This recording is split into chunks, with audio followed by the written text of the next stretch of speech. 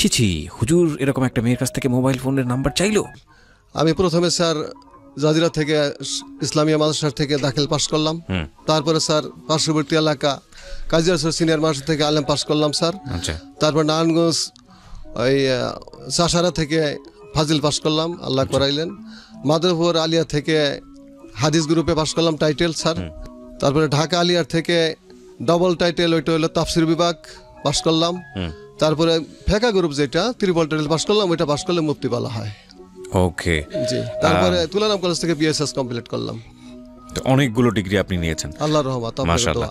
ওকে, আমরা জীবন গল্পই শুনবো আপনার, এবং ছোটবেলা থেকে শুনবো, তখন হয়তো ধারাবাহিকভাবে বিষয়গুলো চলে আসবে। একটু প্রথমে জানতে চাই আপনার বর্তমান বয়স কত? স্যার আমার বর্তমান বয়স 47 বছর। আপনার বাবার নাম? মোহাম্মদ ইমান উদ্দিন মোল্লা। আর জন্মস্থান কোথায় আপনার? জন্মস্থান শরীয়তপুর ডিস্ট্রিক্ট, জাজিরা থানা, গফুর মোল্লার কান্দি গ্রাম।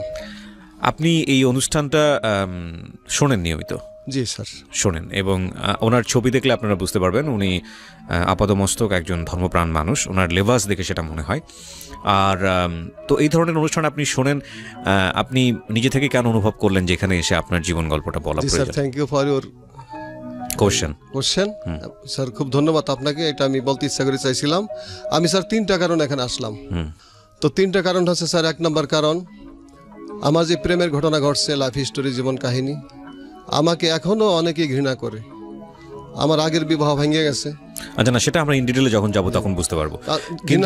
কিন্তু আমি মূল জিনিসটা যেটা জানতে চাই, যে থাকে না যে আমি রেডিওতে আসছি এই কথাগুলো এই কারণে বলার জন্য, ওইটা আমাকে এখনো ঘৃণা করে। আমি এখানে বললে তারা শুনবে, তখন তারা বুঝতে পারবে আসলে আমি দোষী ছিলাম না। আচ্ছা, এক। আর দ্বিতীয় কারণ হচ্ছে স্যার, আমি যেই ভুল করছি এটা যেন দুনিয়ার কোনো মানুষ না করে, তাইলে আমি তো আল্লাহর রহমতে কাইটা উঠছি মোটামুটি। আচ্ছা, তো এটা খুব মানুষকে সচেতন করার জন্য।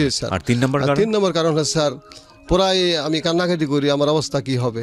আমি কাললে আমার স্ত্রী আমাকে চোখের পানি মোছাইয়া দেয় যে আল্লাহ ব্যবস্থা করবেন, আপনি চিন্তা করেন না। আচ্ছা, স্ত্রী কাললে আমি বলি আল্লাহ ব্যবস্থা করবেন, আল্লাহ নি কোনো ব্যবস্থা আমাকে করে দেন, এর মাধ্যমে এটা একটা কারণ স্যার। ঠিক আছে, আমরা একটু শুনতে চাই ধারাবাহিকভাবেই আপনার ছোটবেলা থেকেই পুরো জীবন গল্পটা একটু শুনি, তারপরে আমরা না হয় আপনার এই 3টা রিজনের সাথে মিলিয়ে দেখবো যে আসলে সবকিছুর মিল আছে কিনা। জি, উনি একজন মাওলানা মানুষ, এবং ওনার ছবি আমাদের ফেসবুকে দেওয়া আছে, আপনারা চাইলে দেখতে পারেন www.facebook.com/kibria.rj। আমি আবারও বলছি www.facebook.com/KEBRIA.RJ, পেজটি আছে RJ কিবরিয়া নামে। প্লিজ লাইক দিয়ে দেবেন, এবং ওখানে আপনারা আমাদের অনুষ্ঠান থেকে শুরু করে আমার সঙ্গে পার্সোনালি যোগাযোগ করা যাবতীয় ইনফরমেশন ওখান থেকে পাবেন। শুরু করুন আপনি। স্যার আমার প্রথম ঘটনা, আমি যখন ক্লাস 3-তে পড়ি, জি, তো তখন আমার একটা অনুভব হইলো আমি নামাজ পড়বো। আমি তখন থেকে স্যার নামাজ শুরু করে দিলাম। লজ্জা করে আমি সবচেয়ে পিচ্ছি। ওই সময় তো আমাদের সময় ক্লাসে মেয়েরা একটু বড় বড় ছিল, আমরা ছোট ছিলাম, আমাকে পিচ্ছি বলতো। সবচেয়ে ছোট ছিলাম, কিন্তু রোল নং ছিল স্যার 1। আচ্ছা। তো আমি পলায় নামাজ পড়তাম, নামাজ ভালো লাগতো, ওই থেকে নামাজ শুরু করছি। আপনার নিজে থেকে ভালো লাগতো নাকি মানুষে পড়তো? আমারও মন চাইতো আমি নামাজটা পড়ি। আমি নামাজটা পড়তাম। ক্লাস 4-এ যখন উঠলাম, তখন একটা অনুভূতি হলো মায়ের প্রতি আমি খুব দুর্বল হয়ে গেলাম। মা একটা স্বপ্নের কথা বললেন। মা আমাকে বললেন, বাবা তোমার মাদ্রাসায় পড়তে হবে। কি জন্য মা?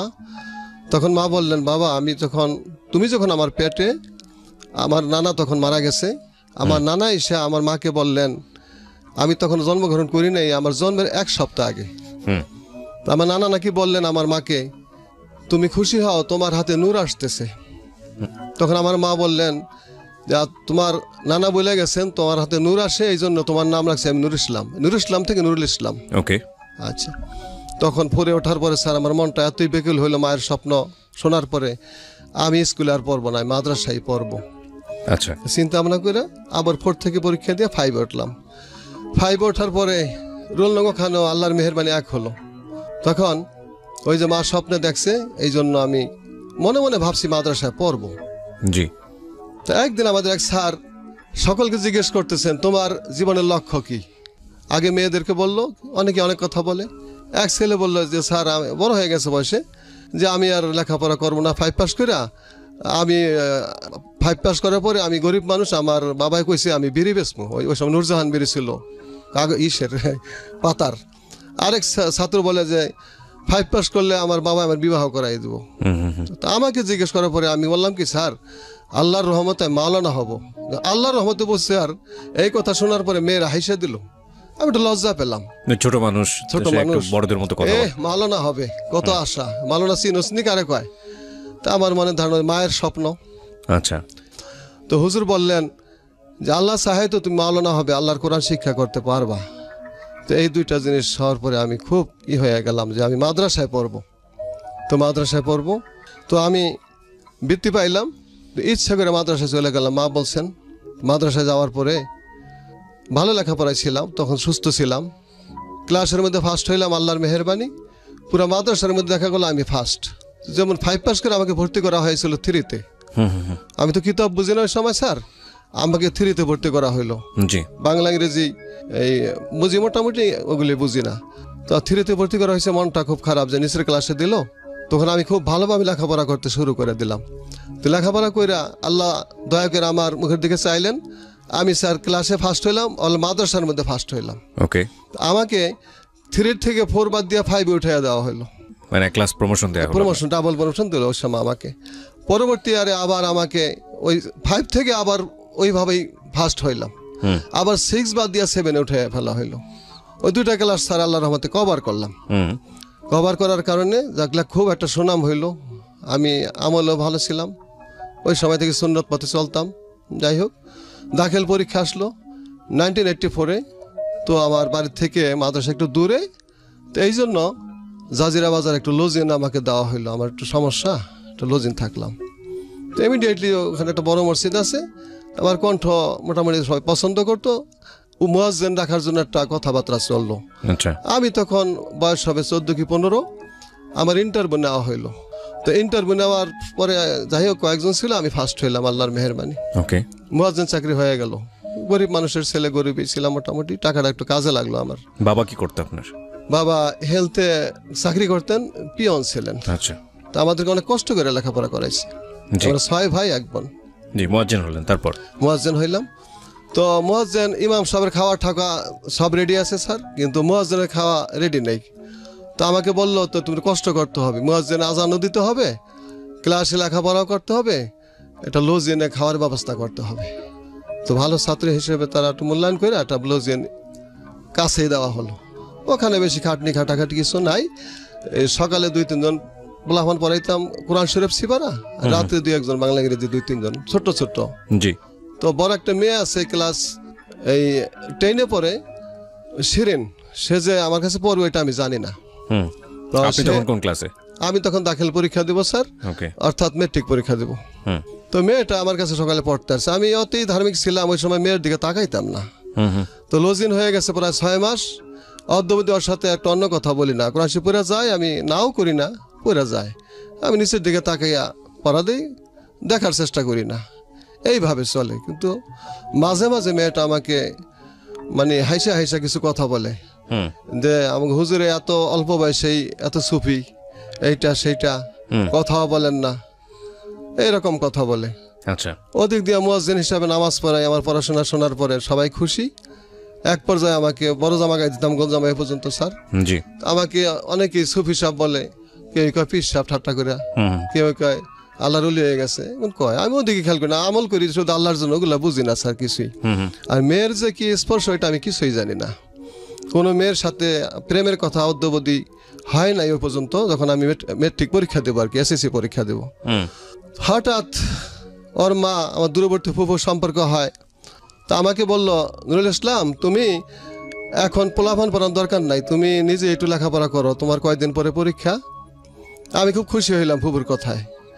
আমি এখন আমার লেখাপড়া আমি করি। তো একটা ঘরে সকালবেলা 7টা 7:30টার দিকে আমি পড়তেছি নামাজ পড়ার পরে। ছোট্ট ছোট্ট ছেলে মেয়ে পড়াশোনা করানো লাগে না, ওরও পরীক্ষার সামনে, ওরটা একটু পরে, ও পড়তেছে ওই ঘরে। ওটা মানে শিরিন, হ্যাঁ, পড়তেছে। তো আমি কল্পনাও করি না, ওর দিকে আমার খেয়াল নাই কোনো। হঠাৎ করে আমি খেয়াল করতেছি ও ওই ঘরে পরে আমার দিকে বারে বারে তাকায়, কিন্তু আমি ওটা খেয়াল করলাম, চাইলাম না সেরকম আগ্রহ করে। আপনি যে বাড়িতে লজিং থাকতেন ওই লজিংওয়ালার মেয়ে। জি। তো হঠাৎ করে খেয়াল করলাম ঘর থেকে, চেয়ার থেকে উঠা, ডিস্টেন্স বেশি না, একটু আর কি। তো আসলো, আমি পড়তেছি, আমার পিছনে চেয়ারের কিনারে দাঁড়ায়, পিছনে দাঁড়াই রয়েছে। আমি স্যার কিছুই বলি না যে কে কি জন্য আসছেন, আমি আপনি করে কথা বলতাম, সেও আপনি করে কথা বলতো। তা অনেকক্ষণ দাঁড়াই রয়েছে, আমি পড়া পড়তেছি, একটা আবারত আরবির দাখিল পরীক্ষার। তো হঠাৎ করে পিছনে একটু গুনগুন কান্নার শব্দ পাই। তখন আমার হৃদয়ের মধ্যে একটা মসর দিল যে ব্যাপার কি। তখন আমি তো তারপরে কিছু বলি না, আমি খুব ধার্মিক ছিলাম ওই সময়, এখন তো ওইটা নাই। জি। তো আমাকে হঠাৎ করে বলে, হুজুর আপনি এমন নিষ্ঠুর, করুণ সুরে, গলাটা খুব ভালো ছিল। তো মেয়েদের কথা তো যতই ছবি থাকি, হৃদয় একটু গাঁথলো স্যার। তা আমি চিন্তা করলাম ও কি চায়, কাঁদতেছে। তখন আমি বললাম, কি বলবেন বলেন। আবার বলে, আপনি এমন নিষ্ঠুর, শুনতে চাইলেন না, আমার দিকে চোখ তুলে তাকাইলেন না, আমি কি চাই। তখন আমি বললাম, আপনি কি চান বলেন। বলেন, আমি যা চাই আমাকে দেবেন। আমি কি দেখেন, ইনশাল্লাহ আমি চেষ্টা করবো দেওয়ার জন্য। তখন কয় না, ফট করে আমার হাতটা ধরছে, বলেন যা চাই দিবেন। আমি যেমন আমাকে সাবেক কামড় দিলে যেরকম ছুটটা যায় স্যার, এমনি ছুটে গেছি। গুণা হবে মনে মনে খেয়াল করি, মুখে বলি না। ছুটটা যাইয়া আমি নিচের দিকে তাকে উঠা মেলা করছি। অহন দিয়ে স্কিপেরা কান্দে। তখন মনটা নরম হয়ে গেল আমার। তা আমি বললাম, আচ্ছা আপনি কি চান বলেন। বলেন আপনি আমাকে দিবেন। আমি বললাম তো আমি চেষ্টা করব। তখন আমি বলার পরে মেয়েটা বলতেছে, বলেন হুজুর আপনি সম্ভব না হইলেও দিবেন। তখন হঠাৎ করে আমার চোখের দিকে কান্না হয়ে শোনার পরে চোখের দিকে তাকাইলাম, তাকাই দেখি ওর চোখে পানি। জি। আজকে দেখলাম এই 6 মাস পরে ওর চেহারা কত সুন্দর, দেখা আমার দিলটা নরম হয়ে গেল। তা আমি ওনার বললাম হঠাৎ করে, ঠিক আছে তুমি যা চাও, আপনার থেকে তুমি বললাম, তুমি যা চাও আমার সম্ভব না হইলেও সম্ভব করে নেব ইনশাআল্লাহ। তখন হাসে দিল, চোখে পানি মুখে হাসি, অপূর্ব একটা ব্যাপার। হঠাৎ করে স্যার চলে গেল, চায় না, ঘরে চলে গেল। আমি কি চাইলা না, ঘর থেকে একটা খাতা কলম নিয়ে আসা লিখতেছে KISS, কিস মানে চুম্বন করা। আমি অর্থ তো আমি জানি না, আসল অর্থটা আমি জানি। তখন বাংলায় লেখলো চুম্বন করা। তখন যে আমি কথা দিছি, আমাকে 2 গালে 2টা দেওয়া হলো। অবাক দৃষ্টিতে তাকাই রইলাম, কি হয়ে গেল, আসলে তো এটা অন্যায় হলো, গুনাহ হইলাম, করলামটা কি। আমি হঠাৎ একটা মেয়ের পাল্লায় পড়ে গেলাম। তো পড়ছি আমি চলে গেলাম মসজিদে। তখন সকালে খাওয়া খাইলাম না, ওর আম্মাকে ফুফু ডাকতাম দূরবর্তী, ইসলাম খাইবা না তুমি, আমার মন ভালো না, খাবো না। আমি ওর প্রেমে পড়ে যা খুশি, এই জন্য আমি চিন্তাযুক্ত না স্যার। আমি চিন্তাযুক্ত একটা গুনাহ তো করলাম, আমি জীবনে মেয়ের স্পর্শ করি না, এটা হইলো কি, করলাম কি। ওকে। এই জন্য আমি কান্নাকাটি করতেছি আল্লাহর কাছে। কিন্তু ওই যে শয়তানের কুফলি, ওই যে ইন্না শাইতানা লিল ইনসানি আদুউম মুবিন, নিশ্চয়ই শয়তান প্রকাশ্য দুশমন, শত্রু, নেক্সট সুরতে ধোঁকা দেয়। তখন আমার মনে হলো কি, একটা হাদিস মনে হইলো যে আল্লাহকে বিশ্বাস করা, যে আল্লাহ একক অদ্বিতীয়, ওয়াহদাহু লা শারিকা লাহু ওয়া শরীক নেহি, আল্লাহর কোনো শরীক নাই। আল্লাহকে একক বিশ্বাস করা আর মানুষের অন্তরে মানুষের সাথে ভালো ব্যবহার করা সবচেয়ে ভালো কাজ। আর আল্লাহর সাথে শিরক করা আর মানুষের অন্তরে ব্যথা দেওয়া সবচেয়ে এটা খারাপ কাজ, গুনাহ হয়। এইটা হঠাৎ শয়তান আমার ধোঁকা দিল নেক্সট সুরতে। তো আমি বললাম না, মেয়েটা অন্তর কষ্ট পাইছে, যাক কিছু না, যাক। তো এইভাবে রইল। পরদিন দেখি একটা কলম আইন আমার হাতে দিছে, পরীক্ষা কয়েকদিন পরে। জি। আপনার পরীক্ষা? আমার পরীক্ষা, আমারটা 1 মাস আগে, ওরটা 1 মাস পরে। তখন বললো গিফট। তখন আমি ওই যে স্যার মোটামুটি প্রেমে পড়ে গেছি, কলমটা নিলাম। রাতে কি আপনি কোথায় থাকতেন রাতের বেলা? রাতের বেলা স্যার মসজিদে থাকতাম। মসজিদে ঘুমাতেন? মসজিদে ঘুমাতাম স্যার। এটা আমার সুবিধা ছিল, শুধু খাওয়া দাওয়া পড়া ওখানে, মসজিদে রুম ছিল থাকার। ওই ইনসান কলমটা আমাকে দিল, আমি নিলাম। ওই আমলে ছিল, এখন নাই স্যার। কয়েকদিন পরে একটা টুপি দিল স্যার। টুপিটা দেওয়ার পরে আমি এখন এত খুশি হয়ে গেলাম। আমার কিছু দুশ্মন ছিল, অল্প সময়, আমার অল্প বয়সে আমার সুনাম এটা সহ্য করতে পারতেছিল না অনেকেই। ওরা মুখে আমাকে বন্ধু ভাবে, অন্তরে আমাকে শত্রু ভাবে, আমি জানতাম না। হঠাৎ ওদের কাছে আমি বললাম খুশি হইয়া, এই শিরিন না আমার কিস দিছে। বন্ধুদের কাছে? বন্ধুদের কাছে। আচ্ছা। আর আমার এই দেখ, এই কলমটা দিছে আর আমার এই টুপিটা দিছে, খুব সুন্দর ফুল খাটাইয়া। দেখার পরে ওদের মাথা ঘুরে গেল, কিন্তু কিছুই প্রকাশ করলো না। হঠাৎ কয়েকদিন পরে দেখি মাদ্রাসার মধ্যে বিশাল একটা ব্যাপার, সুপারিনটেন্ডেন্ট সাহেব হুজুরকে জানাইবো। তারা এইটাই মনে করছে যে কিস দিতে পারে আর কি না করছে। আসলে আমি ওর শরীরটা একটু হাত স্পর্শ করি নাই স্যার, কিন্তু আমি অবাক হয়ে গেলাম কি ঘটতেছে। হঠাৎ ওইখানে কথা বলে, ওইখানে কথা বলে। তো ওরা আমার কাছে একজন আইসা বললো, 5টা লোক আমার ক্লাসমেটই সবাই, প্রায় 1জন না 2জন নিচের ক্লাসে। একজনে কয় বিচারটা আমরা করব, নাহলে কিন্তু আমরা সবার কাছে বলে দেব। তো আমি ভয় পেয়ে গেলাম স্যার, যে আমার এত ভালো জানে মানুষে আমাকে সবাই খারাপ মান বলবে, সম্মানের ভয়। আমি তো অন্যায় করি নাই, তো মানুষের মাঝে সরাসরি হবে এই কথাটা আমি ভয় পেয়ে গেলাম।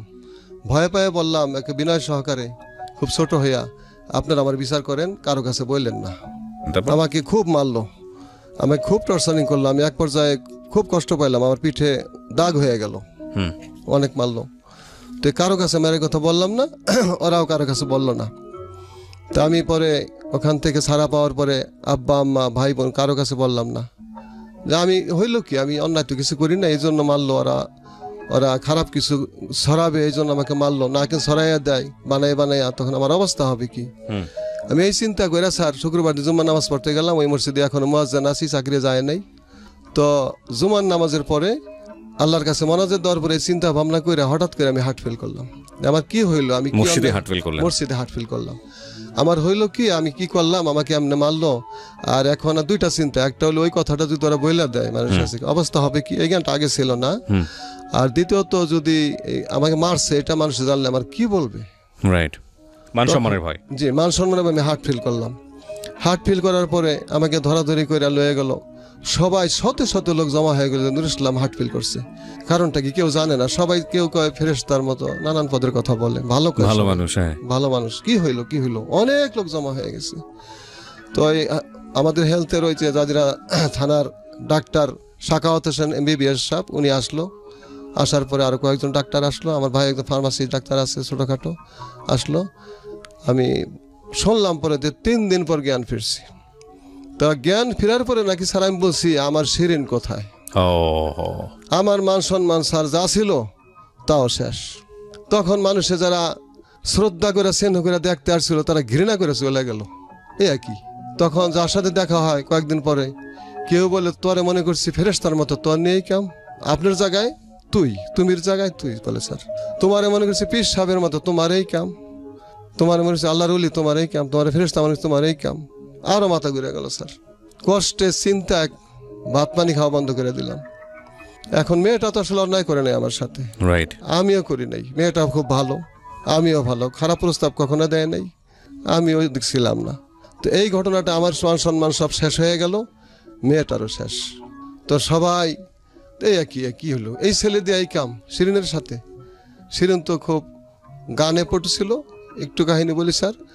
তো এরকম এই গানের পটু ছিল। আমি এক ডাক্তারের কাছে আবার বলছিলাম, ক্লাসের বন্ধুর কাছে তো বলছি এই কথা, এক ডাক্তার ইসুফ ডাক্তার, তার কাছে যেয়ে বলি কি শিরিন আমাকে ভালোবাসে। কও কি তোমার শিরিন ভালোবাসে, ওর যা গলা, ওর জন্য তো অনেক মানুষ পাগল। শোনো একটা ঘটনা, সে বলতেছে, আমি বলেন, আমি একদিন রুগী দেখতে গেছি, ছোটোখাটো ডাক্তার, মিটি জ্যোৎস্না, রাত 8টা বাজে বা 9টা বাজে এরকম হবে। তো পাট ক্ষেতের কিনার দিয়ে মিটি জ্যোৎস্না, একটু গুরানি বৃষ্টি, ওখান দিয়ে আসতেছি। আর জাজিরা অডিটোরিয়ামে শিরিন গান গাইতেছে, মিলন হবে কত দিনে আমার মনের মানুষের শোনে। তো এই গানটা শুন না, আমি শুনতেইছি তন্ময়, হ্যাঁ ওই লোকে বলতেছে। হঠাৎ করে আমার ব্যাগ যে কোথায় পড়ে গেছে আমি জানি না। গানটা শেষ, তারপরে দেখি হাতে ব্যাগ নাই। পরে গান শেষ হওয়ার পরে আমি দেখি ব্যাগ নাই, ব্যাগ তালাশ করে পাইছি পিছনে। তো এমন ছিল তার গলা, সে তোমারে ভালোবাসে। সেও খুশি হইলো, পরবর্তী পর্যায়ে শত্রুতা করছে। তখন মেয়েটার মান সম্মান চলে গেল, আমারও চলে গেল। তখন ডাক্তার বলল এই মেয়ের সাথে সম্পর্ক, এই জন্যই তার এই অবস্থা হয়েছে, সেন্সলেস হয়েছে সম্পর্ক, তাকে বাঁচাইতে হইলে বিবাহ দিতে হবে এর সাথে। প্রস্তাব গেল স্যার, প্রস্তাব দেওয়ার পরে তারা তো আনগ্রান্টেড, যে এই মুহূর্তে বিবাহের সাথে একটা বদনাম সম্ভব না, ডিনাই করে দিল। আমিও পরে না করলাম, না বিবাহ করলে লেখাপড়া নষ্ট হয়ে যাবে আমার, বিবাহ হইল না। তারপরে ও ভালোভাবেই পাস করলো, আমিও পাস করলাম মোটামুটি ভালোভাবেই।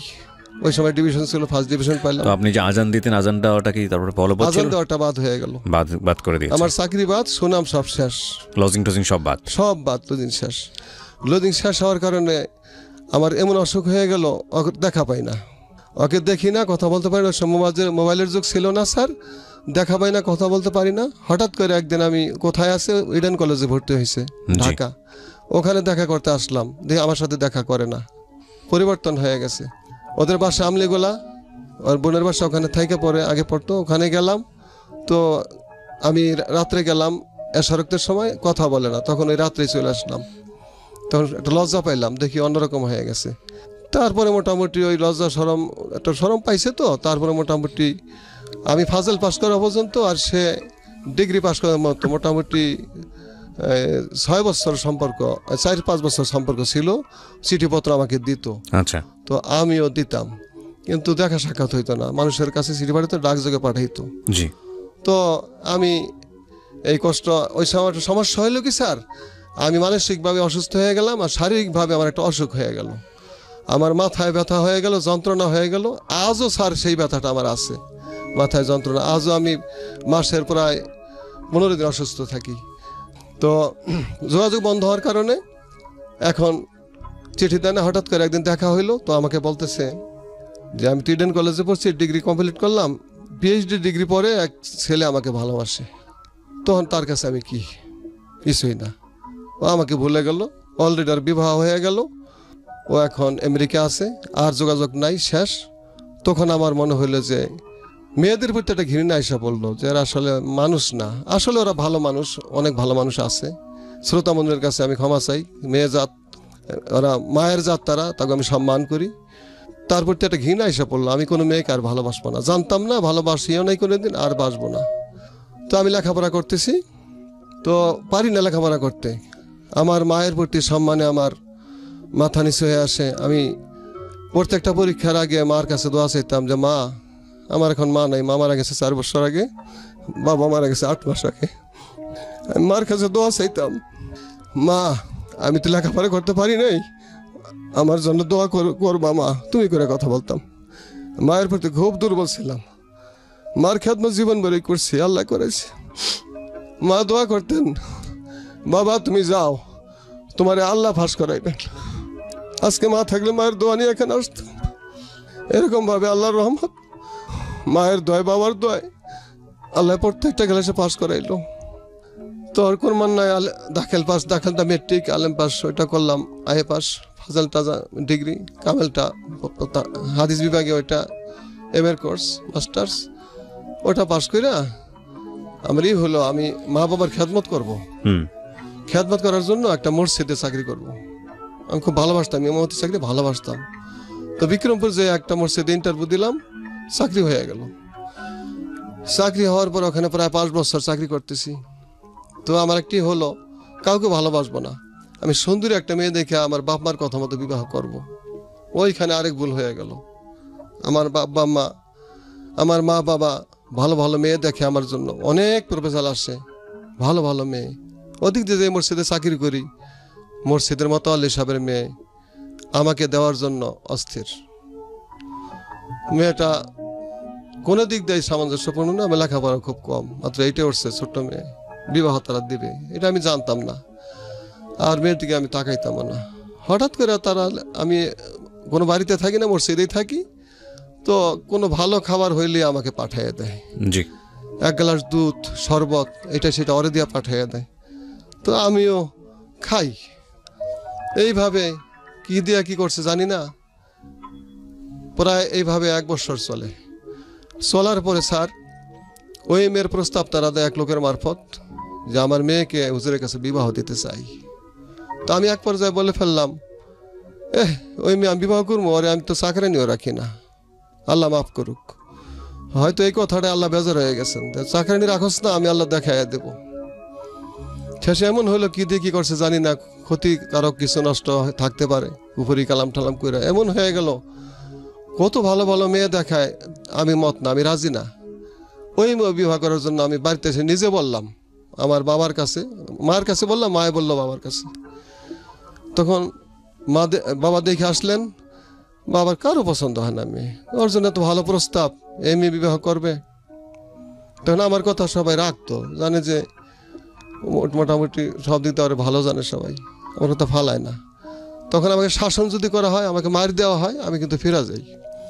আমার কথা রাইখা বাবা কি করলেন, আল্লাহ ব্যস্ত নসিব করে আমার আব্বা আম্মাকে, আমার কথা রাইখা তারা বিবাহে রাজি হয়ে গেল। বিবাহের দিন ঘনায় আসলো, আমি শুধু আফসোস করি, আর মানে কি যে একটা অনুভব হয়ে গেল, ভাষায় প্রকাশ করতে পারবো না স্যার আপনার সামনে। আমি পাগলের মতো হয়ে গেলাম যে আমি কি বিবাহ করতেছি, বলতেও পারি না, বিবাহ করবো এটাও মানে নিতে পারি না। যথাসময় দিন গড়ে আসলো, তো একটা টলার নিয়ে বিক্রমপুর থেকে, বিক্রমপুর মেয়ে, তারা প্রায় 70 জন লোক আসলো আমাদের বাড়িতে। তখন বিবাহের মজলিসে বসে আমাদের কাছারি ঘরে। তো আমার মন তখনও খারাপ। কাজী সাহেব বলতেছে বিবাহের জন্য আমাকে বলতে কবুল বলেন। আমি মাথার টুপিটা ওইখানে ফালাই দিয়া আস্তে থুইয়া ওই মসজিদে যেয়ে বই রইলাম, আমি এই বিবাহ করবো না। তখনও ফিরে গেলে আমাকে বিপদে পায় না। আবার সবাই বুঝে শুনে, তো তারা যারা বিবাহ দেওয়ার জন্য আমাদের বাড়িতে গেছেন বরযাত্রী, তারা যদি রাগ করে উঠাইসে পড়ে যে আমাদের অপমান করলো বর, আমরা এর কাছে মেয়ে বিবাহ দিব না, তাইলে কিন্তু ঘটনা ঘটে না, পার পেয়ে যাই। তারাও উঠলো না। আপনি তো রাজি ছিলেন, আপনার ভিতরে হঠাৎ করে আবার এই ধরনের আসলো কেন? সেইটাই প্রশ্ন, যে ওই যে বললাম কি দেয়া কি করলো বলতে পারি না। ঠিক আছে, হঠাৎ করে এক পর্যায়ে মনে হচ্ছিল যে আপনি বিয়ে করবেন না প্রথম দিকে, তারপরে আবার রাজি হলেন নিজে নিজেই, তারপর আবার মনে হচ্ছে যে না বিয়েটা করা ঠিক হচ্ছে না, এরকম একটা দোনমন অবস্থায় ছিলেন। জি স্যার, মানসিক। ওকে, তারপর আমাকে বুঝে শুনে আনা হলো, এক পর্যায়ে বিবাহ হয়ে গেল। বিয়ে আপনার বাড়িতে? আমার বাড়িতে। আপনার বাড়িতে কেন হবে? বিয়ে হলো তো মেয়ের বাড়িতে হওয়ার কথা। আমাদের দেশে কাবিনটা এই ছেলের বাড়িতে হয়, অনুমতি নিয়ে আসে। ও ওকে, আচ্ছা ঠিক আছে, ইন্টারেস্টিং। তারপর? হ্যাঁ, অনুমতি নিয়ে আসছে মেয়ের বাবা বিয়ে দিল। তো সাথে সাথে বর নিয়ে যায় শ্বশুরের সাথে বা লোকের সাথে মেয়ের শ্বশুর বাড়িতে। আমাকে নেওয়ার জন্য বলল, আমি গেলাম না, মনে খাটে নাই বউ, তখন আমি গেলাম না। সেই জায়গায় গেছি প্রায় 1 মাস পরে, মানুষের বলাতে না যেতে পারলাম না, কিন্তু আমার মনে অশান্তি। যাই হোক, ভাগ্যের লেখা খণ্ডনা স্যার। এরম করতে করতে 2টা মেয়ে আমার হয়ে গেল। প্রথম মেয়ে সুমাইয়া, 1 বছর পরে আরেক মেয়ে হয়ে গেল মরিয়ম। জি, তো সংসার জীবন কেমন ছিল? সংসার জীবন খুবই অশান্তি ছিল। ওরে ভালোবাসতেও পারতাম না, আবার ভুলতেও পারতাম না। আবার এরকম ভালোবাসা না দেওয়াতে ওরাও আমাকে ভালো জানতো না, ওরা আমাকে জামাই হিসাবে ভালো জানতো না, মানিয়ে নিতে পারতো না। এইভাবে মেয়েটার বয়স, বড় মেয়ের বয়স যখন 7 বছর, 1 বছরের ছোট মেয়ের বয়স 6 বছর, ওই স্ত্রীটাও নার্ভাস হয়ে গেছে, আমি ভালো ব্যবহার করি না। হঠাৎ একদিন, তারও দোষ ছিল না, সে আমার ভাত খাওয়ার জন্যই চেষ্টা করছে। আমারই মন ভালো না, যে কি করলাম, ব্যবহার ভালো করতে হবে, মাইট ধরে করি না, গালাগালি কোনোদিনই করি নাই। অন্তর থেকে একটা ভালোবাসা আছে না, ওইটা আমার সম্ভব হইতো না। কেমন যেন ভাব, উড়ো ভাব।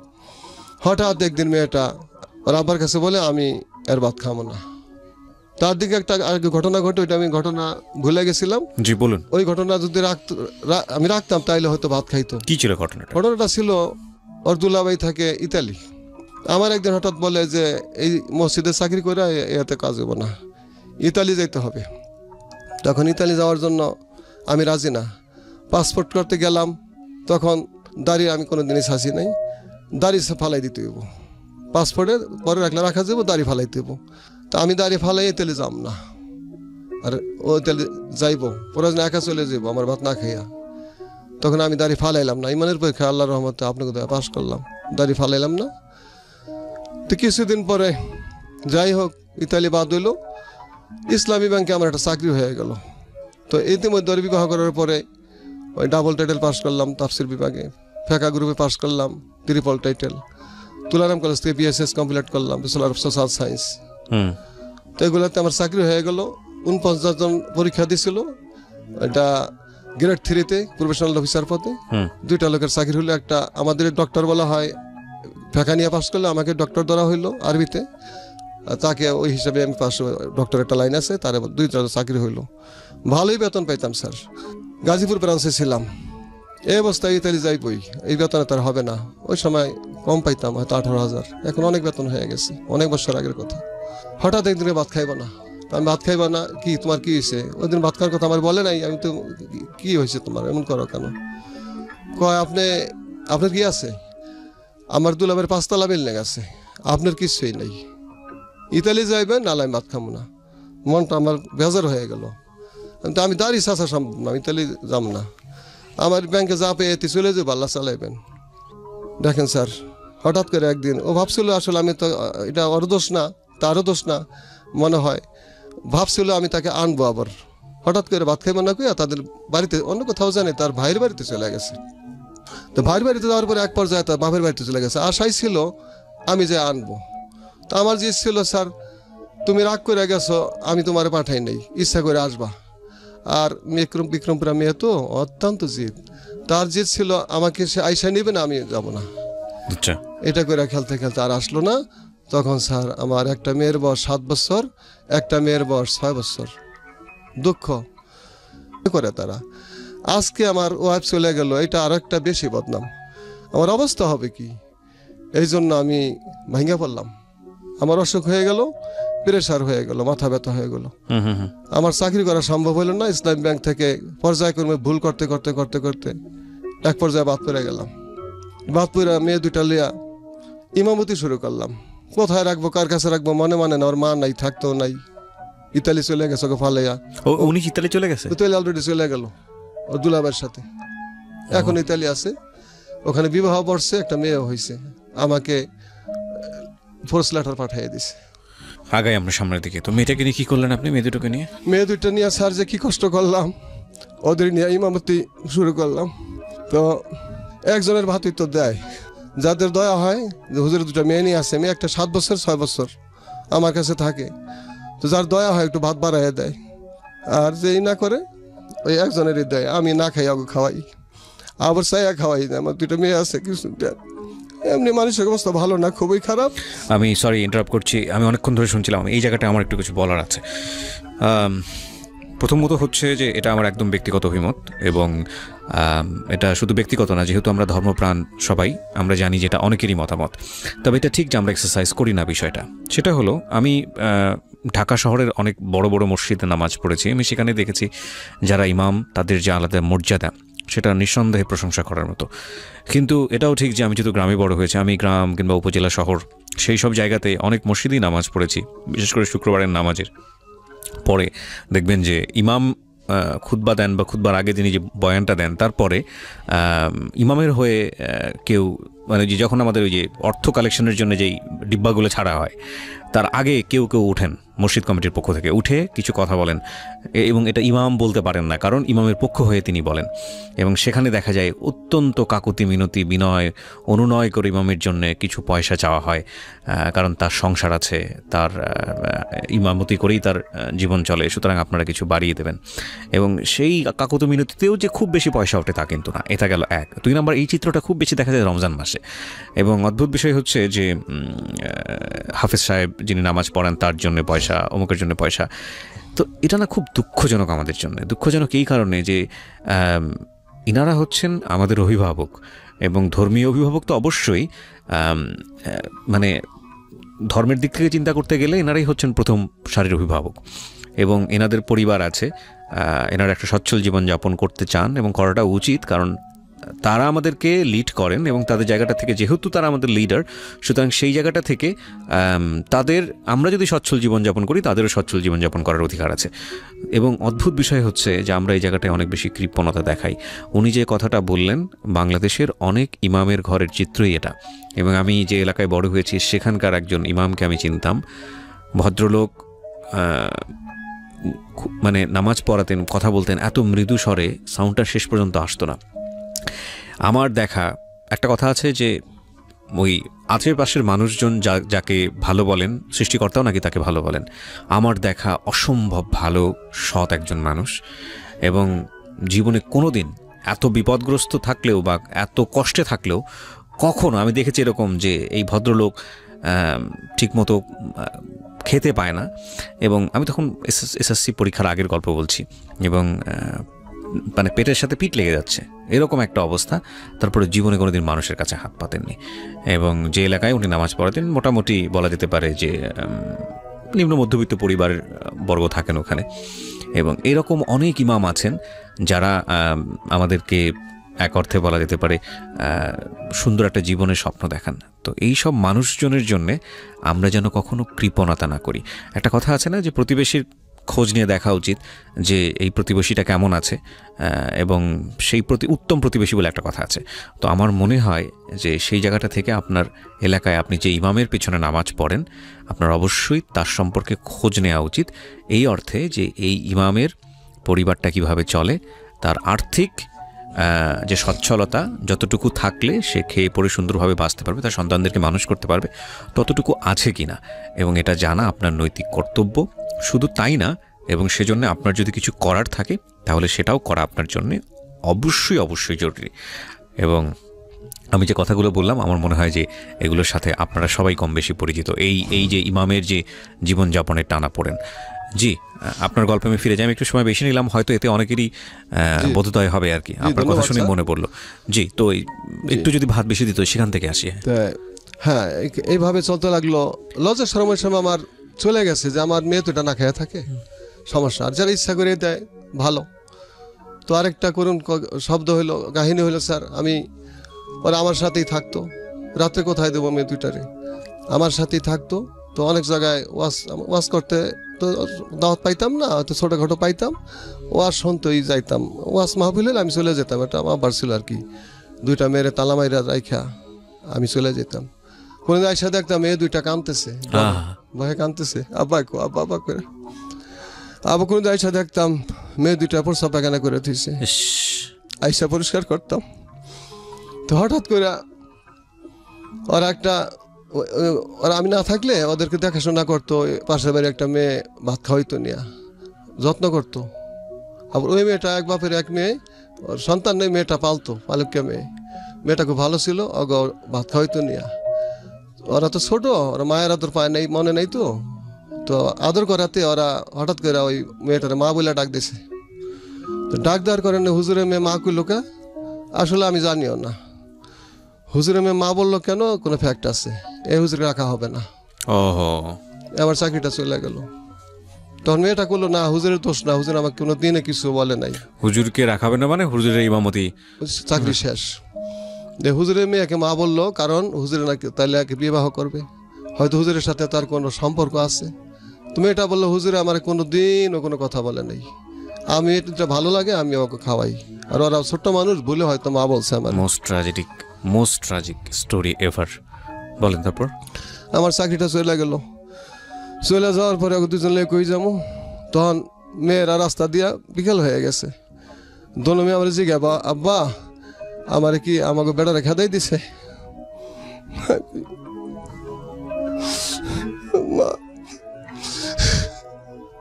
না, খেদাই দেয় নাই, আল্লাহ তুমি ব্যবস্থা করবো, আল্লাহ তুমি ব্যবস্থা করবো। ছোট মেয়েটা তো বোঝে না, বারে বারে জিজ্ঞেস করে, আব্বা আমাকে রাত্রে বাদ দেবো না, খেদাই দিছে। না, আল্লাহ তোমাকে দিব। সে সকলে আর চাকরি হয় না। মেয়ে দুইটারে বাড়িতে রাখলাম, আমার ছোট ভাইয়ের বউ দেখাশোনা করতো, দিয়ে আবার আসলাম। স্যার ওদিক দিয়ে আমার মাঝে আরেকটা চাকরি হয়েছিল, ভুলে গেছি, ওই বিবাহটার আগ দিয়ে একটু বলবো স্যার? জি নিশ্চয়ই। ভুলে গেছিলাম স্যার, এর জন্য ক্ষমা সুন্দর দৃষ্টিতে দেখবেন স্যার। যখন আমি ওখানে চাকরি করি, মেয়েটার দেওয়ার ইচ্ছে করে, যে মেয়েটা দুটা মেয়ে রেখে চলে গেল আমার, যেই ওই যে ওর মায়। তো ওই সময় আমার ঢাকা আমার দূর সম্পর্কীয় স্বাস্থ্য ভাই, ওই কর্নেল মোস্তফা ছিল আমার ভাই।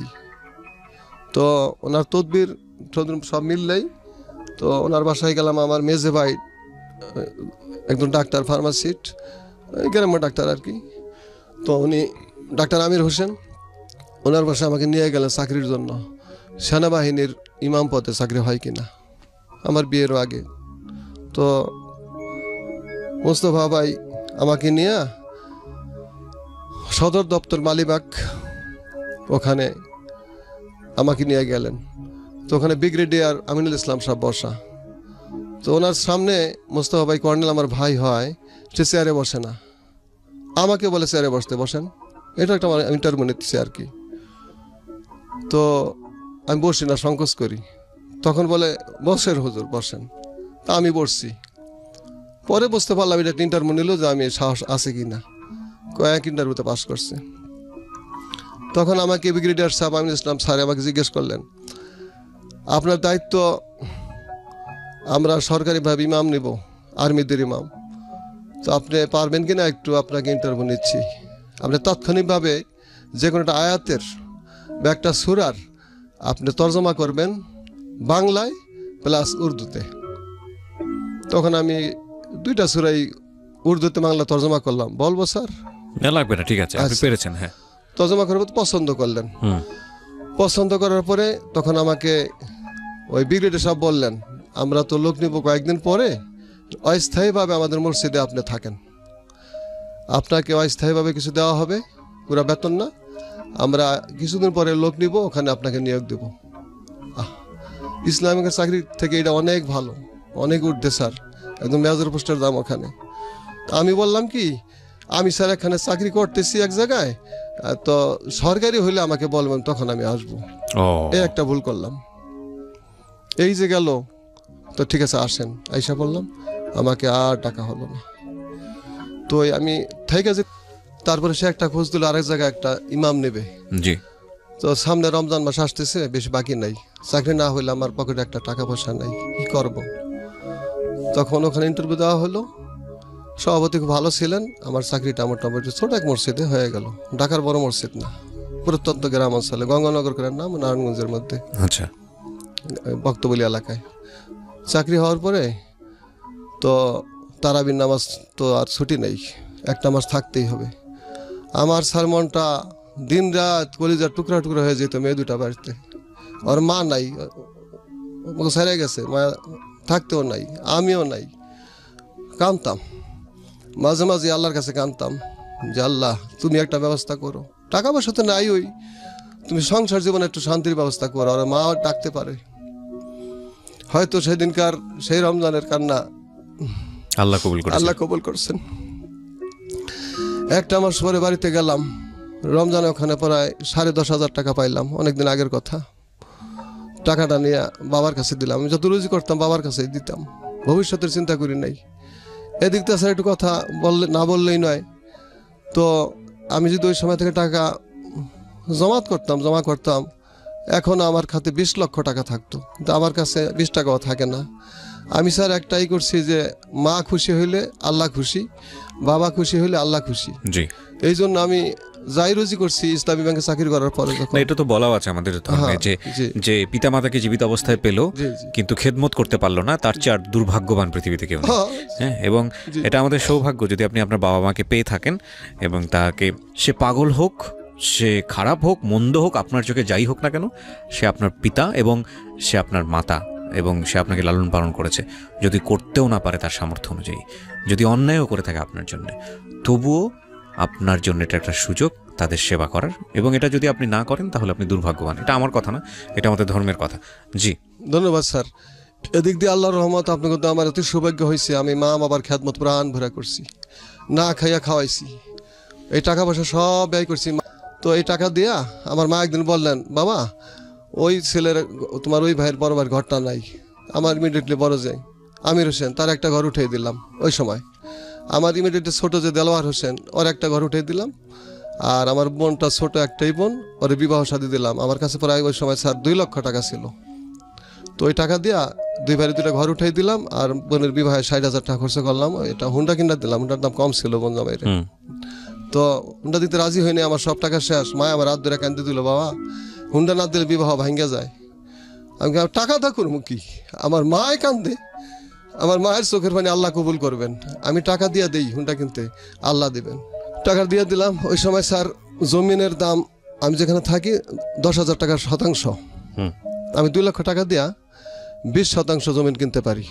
আজকে তার দাম আছে 1 শতাংশ স্যার 5 লক্ষ টাকা। তো 1 কোটি টাকার মালিক থাকতাম। তো আল্লাহর খুশির জন্য মা বাবার দিয়ে সব টাকা শেষ করছি। যাই হোক, ওই 10,500 টাকা পাইলাম, যে বাবার কাছে দিলাম, বাবা খুব খুশি হইলেন।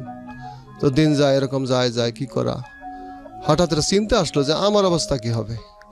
ভাইরে ঘর উঠাই দিলাম, ওই ভাইরে দিলাম, বোনকে বিয়ে দিলাম, হুন্ডা কিনা দিলাম, আমার তো জিরো, কিছুই নেই। তখন ওই যে পয়েন্টে আসলাম, সংসার ভাঙার পরে আমি কমজোরি হয়ে গেলাম, বিভিন্ন অসুখ দেখা দিল, প্রেশার, জ্বর, মাথা ব্যথা, সপ্তাহের বেশিরভাগ অসুস্থ থাকি, ইমামতি করতে পারি না, কি করা যায়। হঠাৎ করে একদিন চিন্তা করলাম, তখন আমি ঢাকা চাকরি করে মেয়ে 2টা নিয়ে আসলাম। কিসের চাকরি করতেন? ওই মসজিদে ইমামতি।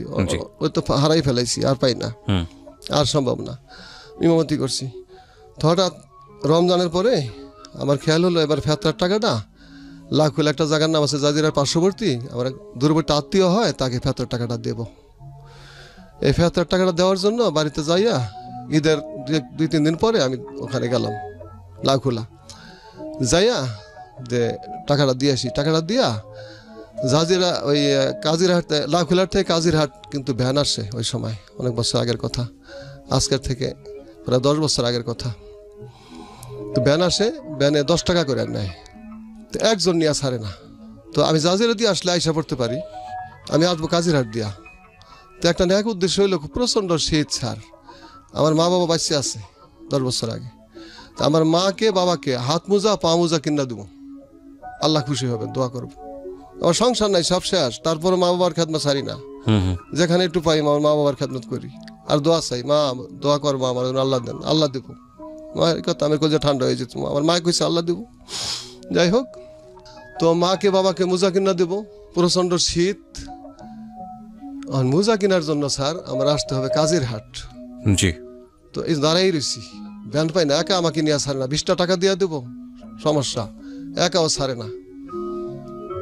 হঠাৎ দিকে একটা মেয়ে রাস্তার ওপারে দাঁড়ানো, বোরকা পরা, কোনো অঙ্গ পর্যন্ত কিছুই দেখা যায় না, হাত মোজা পা মোজা, চোখটাও ঢাকা, চশমা দেওয়া।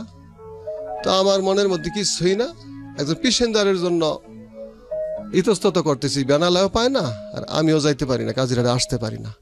মেয়েটাও কাজিরহাটে আইসা বাসে ওইটা ঢাকা আসবে, মেয়েটা ঢাকা লেখাপড়া করে মাদ্রাসায়, মেয়েটাও উঠতে চাইতেছে, কিন্তু আমি পুরুষ মানুষ, হুজুর মানুষ, এই জন্য ওঠে না। আমি তো এক ধারে বসে, আরেক ধারে জায়গা রয়েছে, মাজদা 2 হাত ফাঁক থাকবে। মেয়েটা উঠতে চায়, আবার চায় না। এখন ভ্যানালায় বলতেছে যাবে না পা, কিন্তু ইতস্তত করতেছে, আমি বুঝতে পারি আমি হুজুর। তখন আমি বললাম কি ফ্রি মাইন্ডে, আসেন আপা আসেন, মা বোন সবারই আছে। তো একথা বলার পরে মেয়েটা উঠলো, আমি ডান পাশে, মেয়েটা বাম পাশে, ওইটা ছাড়তেছে। সে 10 টাকা দিবে, আমি 10 টাকা দেবো, মোটামুটি ভ্যানালার পোষাই গেল। অর্ধেক রাস্তা আসছে, আমি চুপচাপ, সবসময় আল্লাহ নামিল মুখে রাখি, রোজুর সাথেই থাকি, এখন রোজু করে আসছি। যাই হোক, তো মেয়েটা হঠাৎ আমাকে বলে আপনি কি মুফতি? আমি জি, আল্লাহ রহমতে আমি মুফতি, মাওলানা মুফতি। একটা মাসলা বলবেন? সে জানে মুফতি সাহেবরা মাসলা মাসাইল মোটামুটি, একটা মাসলা জিজ্ঞেস করলাম, উত্তর দিয়ে দিলাম।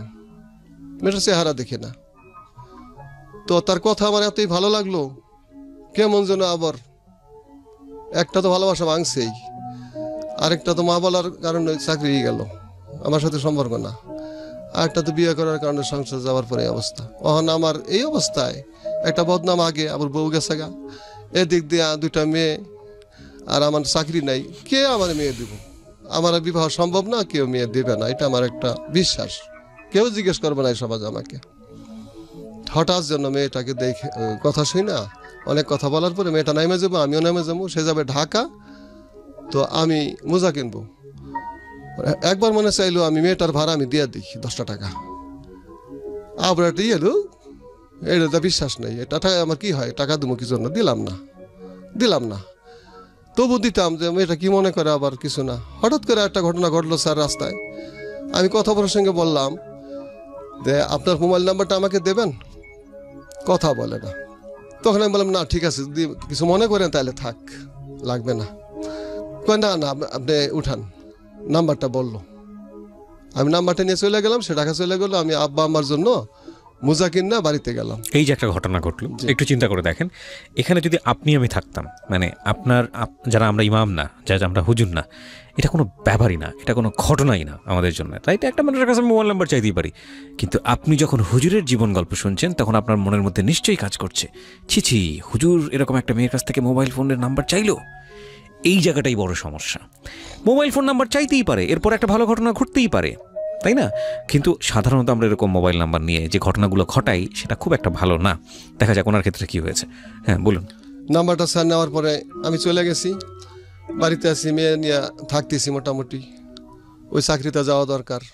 আমি সপ্তাহখানেক থাকি আর ছুটি কাটাইয়া চলে গেলাম, মেয়েটাও চলে গেছে। ও নাম্বার দিচ্ছে, ওর এই পর্যন্তই, ওর ভিতরে কোনো ফিলিংস নাই। আপনার নাম্বারটা দিয়েছিলেন না কেন? না, আমারটা নেয় নাই, চাইও না, আমি দেও নাই। আচ্ছা, আমার নাম্বারটা চায় না, আমি দেওয়া প্রয়োজন মনে করি না, কি মনে করে। তাই আমাকে তো কোনো জিজ্ঞাসা করবে না, ফোন দিবে না, আমি জানি। আমি রাখলাম যে হয়তো ফোন দিতে পারি সাহস করে। 1 মাস চলে যায়, হঠাৎ করে একা, মেয়ে 2টা বাড়িতে, মন ভালো লাগে না, ভালোবাসার দিনও ভেঙে গেছে, বিবাহ জীবনও ভেঙে গেছে, মন ভালো লাগে না। বিবাহের সময় ভেঙে গেছে প্রায় 2 বছর, আমি একা থাকি। কেউ মেয়ে আমাকে দেবে না এই অবস্থা।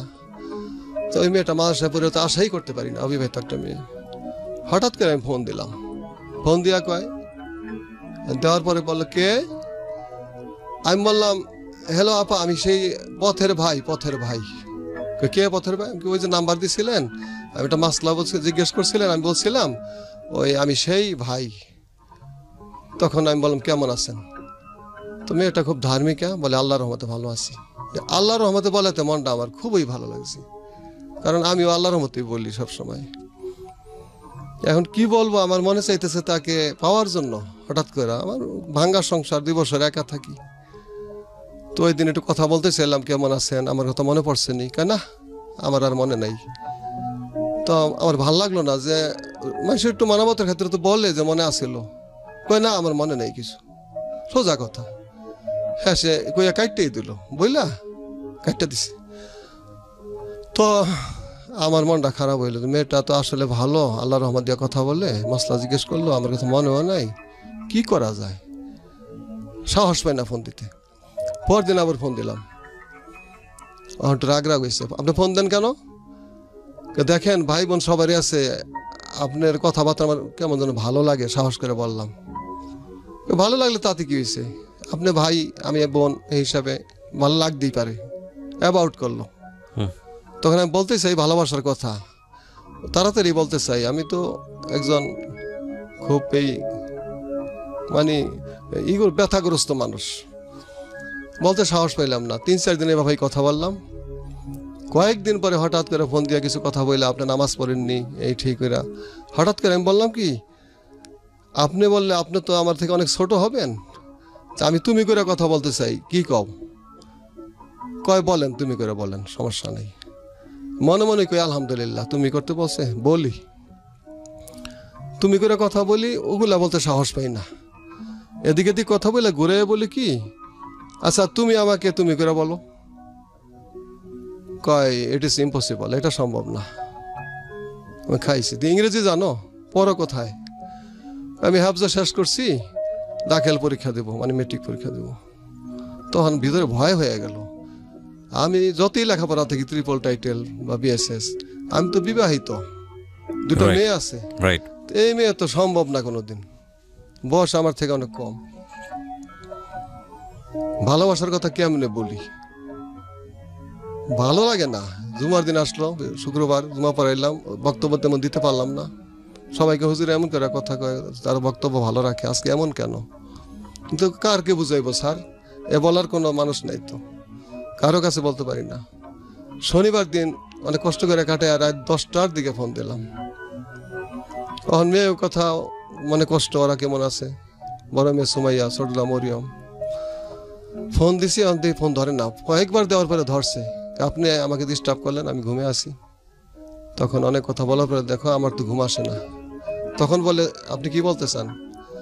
আমি অত কিছু বুঝি না, আমি তোমাকে ভালোবাসি। আপনি বললেন? আমি ঠাস করে বলে ফেলাইলাম। কথা বলে না, ফোন কাটা দিছে, আবার দিছি কাটা দেয়, আবার দিছি কাটা দেয়। রাত্রে ঘুম হইল না, কি করি? এই আর মন যায়। মেয়েটা সম্পর্কে জানতেন আপনি, মানে কোথায় থাকে, কি করে, পরিবার সম্পর্কে জেনেছেন? ডিটেইলস, ঠিকানা এটা আগে বের করে কথাবার্তা হয়েছে? ওই লাখ হলেই তাদের বাড়ি। এবং এটা কি মানে আপনি যে তাকে প্রপোজটা করলেন, একটা বিশাল বয়সের গ্যাপ ছিল, অবশ্যই অনেক বড় গ্যাপ। এবং আপনার সম্পর্কে সে কি জানতো যে আপনার 2টো মেয়ে আছে, এর আগে একটা বিয়ে হয়েছে? কিছুই জানে না? বিয়ে করছি, মেয়ে আছে, কিছুই জানে না। ওকে। হঠাৎ মেসেজ পাঠাইলাম, মেসেজ কিছু কথা লেখলাম, ওইটা পইরা কিছুটা নর্মালে আসলো। ফোন দিলাম, মতো ধরলো। তখন ফোনে বলে যে দেখেন, এটা তো আমাকে অনেক ছিল অফার দিছে এ পর্যন্ত, মেয়ে খুব সুন্দরী এবং খুব ভালো, খুব ন্যাক্কারিনী।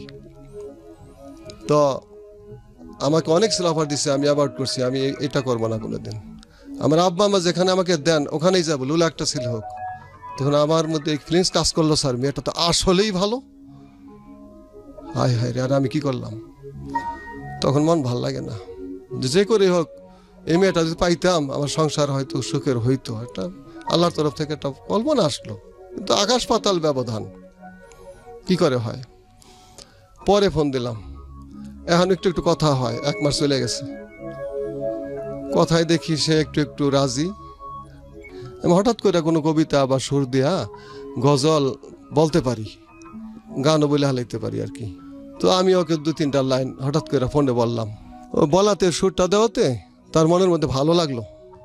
ভালো লাগে তার বড় বোনকে বললো যে এক হুজুরের সাথে পরিচয় হয়েছে, সে এমন সুন্দর করে গজল বলে, এই গজলে আমার মনটা ভালো লাগে।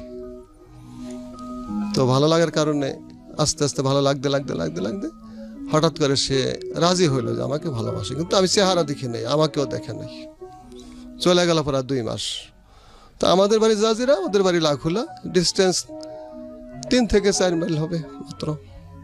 তো আমাকে একদিন বললো আপনাকে একটু ভালো করে দেখবো। ওদিন তো আর ওইভাবে আমাকে দেখে নাই, আর আমি তাকে দেখেই নেই।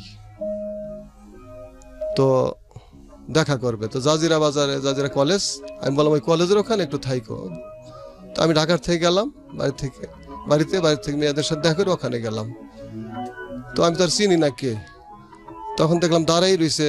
তখন কিভাবে জিজ্ঞেস করি, ফোন দিয়া দেখি ওইটা বাজে, তখন ভাবলাম সে। তখন সমাচার জিজ্ঞেস করলাম, কিন্তু মুখের কাপড় সে উঠাবে না, খুব পর্দানি সে মেয়ে। তো মুখের কাপড় উঠাইলো না, আমিও দেখার চেষ্টা করলাম না, দরকার কি। তো মুখের কাপড় না, মানে তাকে না দেখেই আপনি এক অর্থে ভালোবাসা। জি, ওকে। ওই হাত পায়ে মোজা, খুব পর্দানিসিনী, মুখের কাপড় দেওয়া, আমাকে দেখাইলো না, এতই পবিত্র ভালোবাসা। কিন্তু ওই চশমা চোখে দিছে, এখান থেকে একটু দেখলাম, তাতে বুঝতে পারলাম যে আসলেই সুন্দরী হবে, বুঝা নিলাম। হ্যাঁ, আমি মনে করলাম সুন্দরী বা কালো যাই হোক, আমার একটা সংসার দরকার, আমি তো সংসার নাই, কি করা যায়। এইভাবে ভালোবাসা হইল, পবিত্র ভালোবাসা। তারে ভালোবাসলাম, সেও বাসলো। হঠাৎ করে একদিন বললাম, তার নাম আয়েশা, আয়েশা একটা কাজ কিন্তু হয়েছে, আমাকে ভালোবাসছো, আমি বাসছি। আমি কিন্তু আগে বিবাহ করছি, 2টা মেয়ে আছে, স্টার্টিং প্লাস ফিনিশিং স্যার সব বললাম। বলার পরে তখন একটু ইতস্তত করলো এইটা। তখন আমি বললাম এখন কি করবা, দেখো আমাকে ছেড়ে যাবা। তখন ভাবটা একটু অন্যরকমই। তারপরে বললো যে না, মন দিয়া দিছি, কথা বলছি, যদিও চেহারা আমাকে দেখেন নাই, আপনি ভালোবাসছেন না দেখে, আপনার ভালোবাসা পবিত্র, তাইলে বাড়ছি। তখন সে বললে এটা তো জানে আমার আব্বা আম্মা, আপনার বিয়ে হয়েছে, 2টা বাচ্চা আছে, তা আমাকে দেবে না। তাহলে আমি একটা প্রস্তাব দিলাম পরীক্ষা করার জন্য, এটা তো আমি করবো না। তাহলে আমি বললাম, তোমার আব্বা আম্মা না দিলে তুমি কি একা আসতে পারবা, আমরা অফিসে যাই বিয়ে পড়াবো? তখন না, এটা ইম্পসিবল, এটা মোটেই সম্ভব না। আব্বা আম্মা না দিলে তুমি মরে গেল, আমি আইতে পারবো না। তখন আমি বললাম এটা আসলেই ভালো, এর আব্বা আম্মাকে দিবে, কি করা যায়। তখন তাদের একটা বড়ই বাগান ছিল, বিশাল বড়ই বাগান। তারা মধ্যবিত্ত, আমাদের মতো নেই অবস্থা, অত ভালো না খারাপও না, চলে। তারা 2 ভাই 3 বোন। তো উনি ওখানে নিরাইতেছে, বাগানে নিরাইতেছে। আমি মেয়ের বাবা। আমি আদবের সাথে সালাম কালাম সব দিলাম। আমার ব্যবহার দেখে, আদব কাদায় দেখা, তখন বললো যত ছেলে আসে, বাড়ি যেয়ে বলছে যে যত ছেলে আসে, ওই তার মেয়ের জন্য বলে, ওর জন্য আসে যে মাওলানা সাহেব মুফতি, সে যে আসছিল, ওই ছেলেটার ব্যবহার আদি খুব ভালো, তো তার কাছে দেওয়া যায়। পরে শুনছে সে তো বিয়ে করছে। আমার কিছু শত্রুপক্ষ আছে, তারা বলে দিছে তুই বিয়ে করছে, 2টা মেয়ে আছে। তখন রাজি না। তখন মেয়েটায় অন্য জায়গায় বিবাহ ঠিক হয়, ছেলে পেলে আসে দেখতে, তার আব্বা আম্মা অন্য জায়গায় দিবে, মেয়েটা অন্য জায়গায় বসবে না। তখন একদিন ফোনে আমাকে মেয়েটা বলে যে দেখো তোমার 2টা মেয়ে আছে, বিবাহ হয়েছে, আমি কখনই রাজি হইতাম না, আমি তোমাকে একটা পরীক্ষা করছি চারিত্রের দিক দিয়া, পরীক্ষা আল্লাহ রহমত তুমি ফার্স্ট ডিভিশনে পাস করছো, বিদায় তোমাকে আমি ছাইরা গেলাম না। আল্লাহ রহমত হইল, আনুষ্ঠানিকভাবে তার বাবা মা মেয়েটা আমার কাছে বিবাহ দিলেন। মাশাআল্লাহ, বিবাহ দিলেন, আল্লাহ নিয়ামত দিলেন আমাকে। এই ঘরে আল্লাহ পাক আমাকে 2টা ছেলে দিলেন পরপর। প্রথম ছেলে হোজাইফা, মোহাম্মদ হোজাইফা, মোহাম্মদ আবদুল্লাহ, 2 ছেলে। এখন বড় ছেলের বয়স 8 বছর, ছোট ছেলের বয়স 7 বছর। তো আল্লাহ স্ত্রী দিলেন, খুব সুন্দরী এবং ভালো স্ত্রী দিলেন। আল্লাহ তো সুখে রাখছেন স্ত্রীর দিক দিয়া, যে বিবাহিত জীবন 10 বছর। কত সালে করলেন এই দ্বিতীয় বিয়েটা? প্রায় 10 বছর হয়ে গেছে। প্রায় 10 বছর, মানে ওই সম্পর্ক হওয়ার 4 মাসের মধ্যে স্যার বিয়ে হয়ে গেল। ওকে। আল্লাহ মুখের দিকে তাকাইলেন। তো এই মেয়েটা এতই ভালো, আমার সঙ্গে মাথা ব্যথা করে, রুজি করতে পারি না, কেন আপনি কথাবার্তা বলে, উল্টাপাল্টা কিছু বলতেই পারে। আমি রাগ হইয়া অনেক 2-4টা কথা বলি, রাগ হইয়া কথা বলি, বা 2-একটা গালিও দিয়ে ফেলাই নিজের অজান্তে, পরে আবার আল্লাহর কাছে মাফ চাই। কিন্তু এই মেয়েটা 10 বছর জীবনে আমার স্যার একটা গালি দেয় নাই। 10 বছর জীবনে কত না খেয়ে রইছে, একদিন আমার কটু কথা বলে নেই। তার কথা যে আল্লাহ দিবেন, আমার শাশুড়ি বলে গেছেন আল্লাহ দিবেন, আপনার আল্লাহ দিবেন, এই আশাই রয়েছে। একটা মোস্ট ইম্পর্টেন্ট কথা বলি, সেটা হচ্ছে একজন বিবাহিত মানে ভাইস ভার্সা বিষয়টা, বিবাহিত ছেলে এবং একজন বিবাহিত মেয়ে, মানে পুরুষ এবং নারী বলেই বোধহয় ভালো হয়। একজন বিবাহিত পুরুষের জীবনে সবচেয়ে বড় উপহার কি, কিংবা একজন বিবাহিত নারীর জীবনে সবচেয়ে বড় উপহার কি?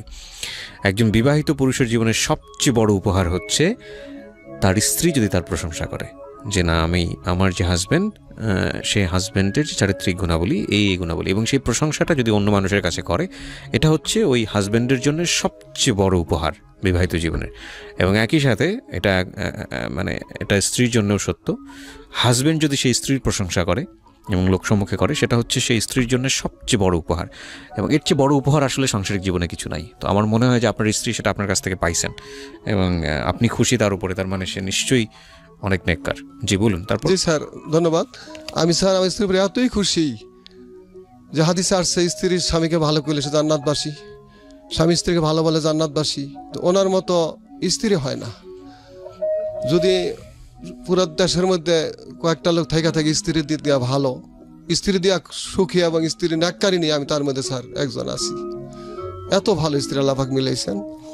তো আরেকটা কথা বলি স্যার, সৎ মাদের উদ্দেশ্যে কথা বলি। মানুষে বলে সৎ মা খারাপ, তো এই স্ত্রী আমার মেয়ে দুইটা পাইয়া নিজের পেটের মেয়ের চেয়ে বেশি আদর করে লালন পালন করছে। নিজের মেয়ের এত আদর করে না আমার এই স্ত্রী আয়েশা, মোসাম্মত আয়েশা অগ মানুষ করছে। এমনকি স্যার অগ দুজন মাদ্রাসায় খাইয়া না খাইয়া পড়াইয়া, দুটা মেয়ে মাদ্রাসায় পড়তেছে, আর ছেলে দুটাই মাদ্রাসায় পড়ে। বড় মেয়েটা আল্লাহর রহমতে আমার স্ত্রীরও ছিলায় কোরআন হাফেজ হয়ে গেছে আল্লাহর রহমতে, মাশাআল্লাহ। আর ছোট মেয়েটা হাফজও পড়তেছে, বড় মেয়েটা কিতাবখানায় পড়ে, খরচ চালাইতে পারি না, সমস্যা। যাই হোক স্যার, তো আমি স্ত্রীর কাছে বলছি আয়শা আমি খুব দুঃখী মানুষ, আমি কোনো অপরাধ করি নাই, এই জন্য আমাকে মারছে। উনি কাঁদছে আমার কথা শুই না, শিখুর পরে কাঁদছে, আমার এমন স্বামীকে তারা মারছে।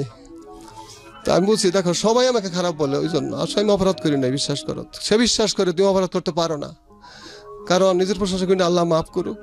ওই 10 বছর বিবাহিত জীবন এমন আমার দেখা নাই যে আমি অজু ছাড়া থাকি, মেসাক ছাড়া উজু করি, বা কোনোদিন দোয়া পড়ার আগে ওনাকে স্পর্শ করি, কোনোদিন দেখে নাই, বা নামাজ কাজা করি 10 বছরে দেখে নাই। তো উনি আমাকে বলে যে তুমি এরকম করতে পারো না, যারা তোমার খারাপ বলে ওরা মানুষ না, উনি এইভাবে বলে।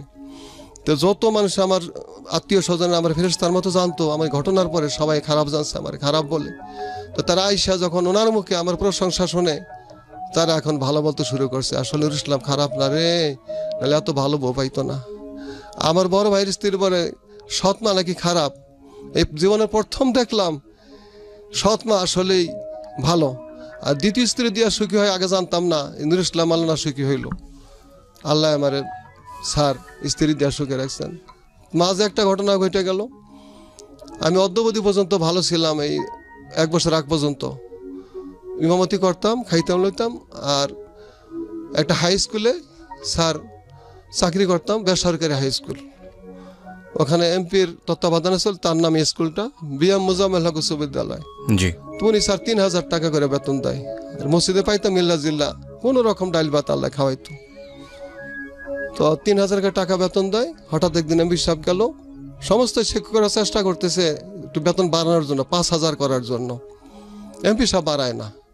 তো আমি একটু লেখালেখি করতে পারি, এই জন্য তারা বললো হুজুর আপনি বেতন সম্বন্ধে একটু কবিতা লেখেন, গজলের সুরে বলবেন।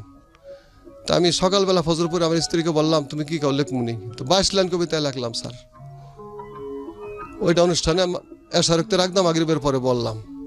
আমার প্রায় অসুস্থ থাকি, ওই যে টেনশন, ওই যে বাল্য জীবনের ছাত্র স্টুডেন্ট লাইফে আমার ঘটনা ঘটছে, মাথা ব্যথা স্যার আজও আছে, ওই টেনশন মাথা ব্যথা আজও আছে, সাথে সাথে লিভারের সমস্যা হয়ে গেছে, লিভারে অনেক সমস্যা। যাই হোক, তো আমাকে কমিটি নিয়োগ দিছে যে চাকরি হবে।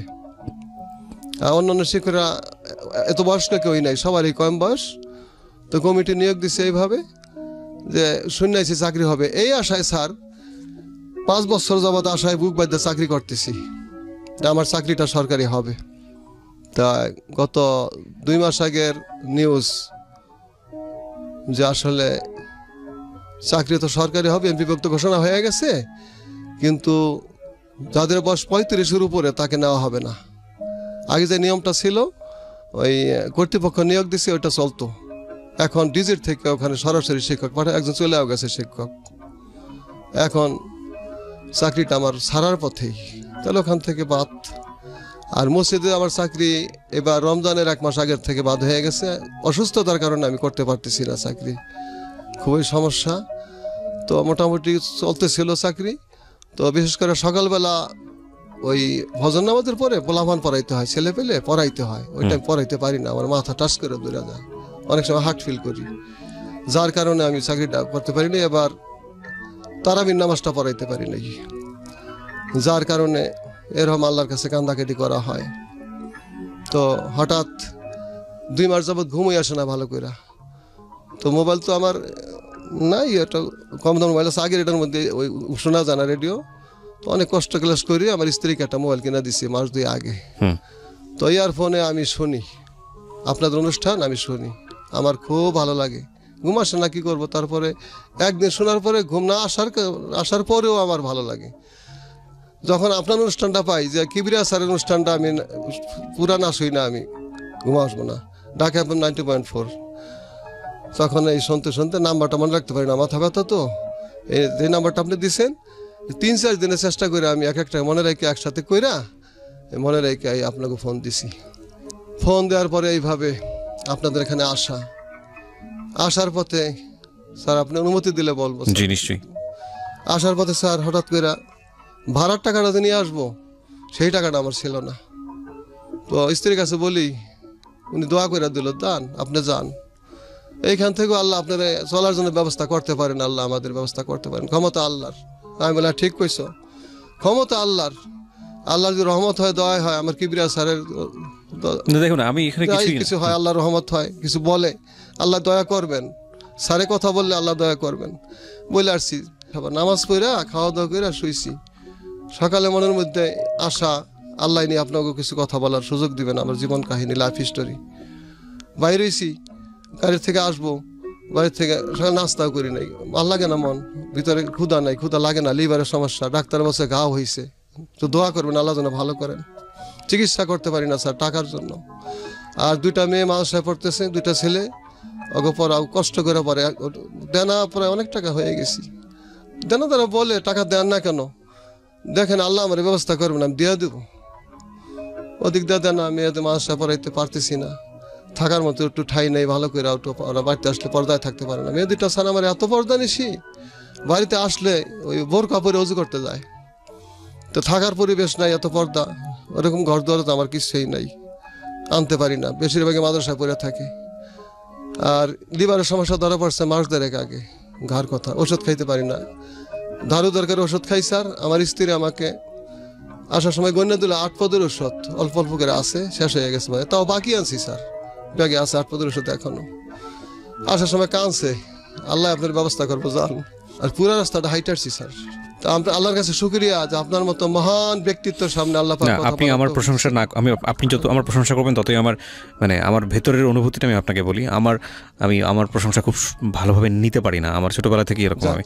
সো আপনি আমাকে নর্মালি স্যার বলেছেন, এটা আপনার বলার জায়গা থেকে, আমি যদি আপনাকে বারণ করতাম তাহলে আপনি গল্পটা ঠিক মতো বলতে পারতেন না, এই কারণে আমার খুব অস্বস্তি লেগেছে এই শব্দটা শুনতে। যাই হোক, আমি একটা জিনিস আপনাকে একটু বলি, আপনি এখানে কেন এসেছেন সেটা আমি বুঝেছি। আপনার জীবন গল্পটা খুব গুরুত্বপূর্ণ ছিল এই পার্সপেক্টিভ থেকে। আমি আজকে প্রথমেই বলে নিই যে এখানে অনেক মানুষ আসেন সাহায্যের জন্য, হ্যাঁ, অনেক মানুষ আসেন, এবং আমরা আসলে সেই অর্থে সাহায্যের গল্প প্রচারও করি না, আমার অনুষ্ঠানের এথিক্সটা ওরকম না। কালে কশ্মিনে হঠাৎ করে 2-1 যখন মনে হয় যে না এই গল্পটা একাধারে একটা খুব ইম্পর্টেন্ট গল্প, একই সাথে ওই মানুষটিকে যদি কেউ সাহায্য করতে চাই সে দরজাটা আমরা উন্মুক্ত করে দিই। আজকে আপনার গল্পটা আমার কাছে খুব ইম্পর্টেন্ট ছিল এই অর্থে যেটা একজন ইমামের জীবন গল্প।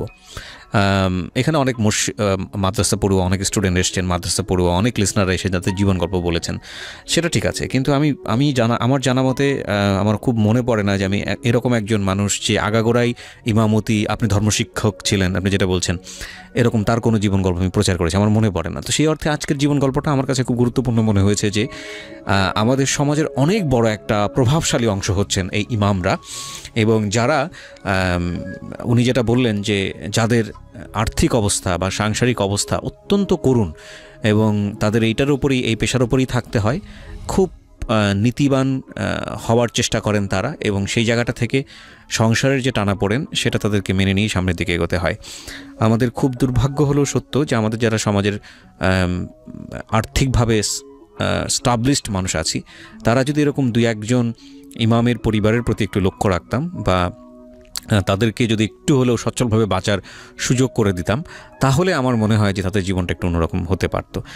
অথচ তাদের এটা প্রাপ্য, এবং সবচেয়ে বেশি প্রাপ্য, অগ্রাধিকার যেটাকে বলে। আপনার এতগুলো ডিগ্রি, আপনি যেটা বলেছেন এখানে, প্রথম কথা হচ্ছে যে মানুষের উপর বিশ্বাস হারানো পাপ। আপনাকে দেখে আমার অবিশ্বাস করার কোনো সুযোগ নেই। আপনি যা বলেছেন এখানে সেটা আমি সত্য বলেই মেনে নিচ্ছি।